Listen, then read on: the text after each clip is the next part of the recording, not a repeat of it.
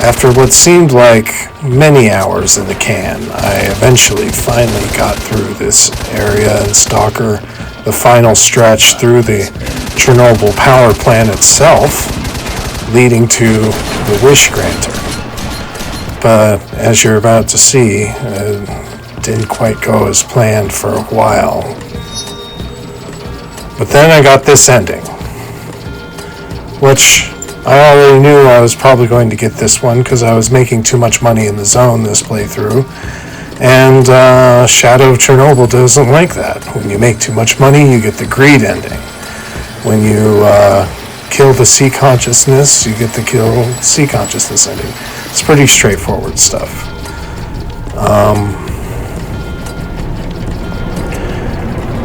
But I've probably played these games a fair too many times, and it was really interesting getting this ending again because it's such a anticlimactic ending to a very long game. I mean, at minimum, it's going to take you 10 hours to roll credits on this beast. 30 hours if you want to see everything and get the best ending and the canonical ending. But props to GSC, Shadow of Chernobyl still holds up, and I felt myself compelled to play the next game in the S.T.A.L.K.E.R series, Clear Sky, the prequel sequel.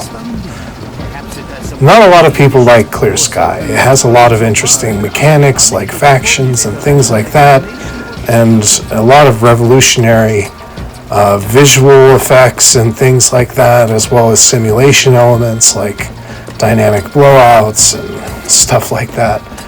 But anyway, you wake up after leading a bunch of guys through the zone, and you're playing as S.T.A.L.K.E.R, who is a mercenary, and you talk to this guy named Lebedev, who's basically the commander of this group called Clear Sky, who are a bunch of researchers that research the zone in a clandestine effort to understand it and protect it, as well as humankind. Then you get told to go and talk to the barkeep, who talks your ear off for a while and is pretty unique amongst many of the characters in this franchise. And then you get told to go pick up some gear and go help fight a settlement battle, which is at this tower, and you get introduced to the open world for the first time. And as you're fighting with this guy, and a mission happens, and then you have to get to cover, and then you wake up from the emission. Now, mind you, S.T.A.L.K.E.R at this point has already lived through 2 emissions, which is crazy, bro.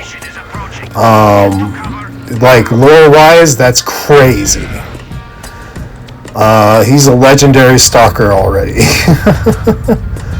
So, it's an interesting game because it's a prequel, so it has to set up a bunch of stuff. But it's also a sequel because when you get to the final level, you're fighting S.T.A.L.K.E.R around the sarcophagus, which is this big structure around the Chernobyl power plant itself. And, S.T.A.L.K.E.R's journey through character arc and stuff is really interesting, especially in light of his appearance in S.T.A.L.K.E.R 2. But you have to talk to these guides to go in and out of the Clear Sky village and back to the open world. And here's where you get your first taste of the true game starting after the little prologue section.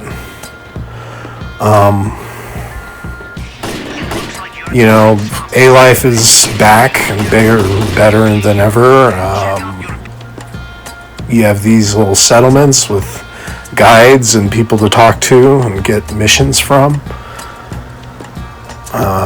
There's factions and little outposts to help conquer. I mean, you can just be wandering around and then a huge firefight breaks out. And then you die. as is the way of S.T.A.L.K.E.R.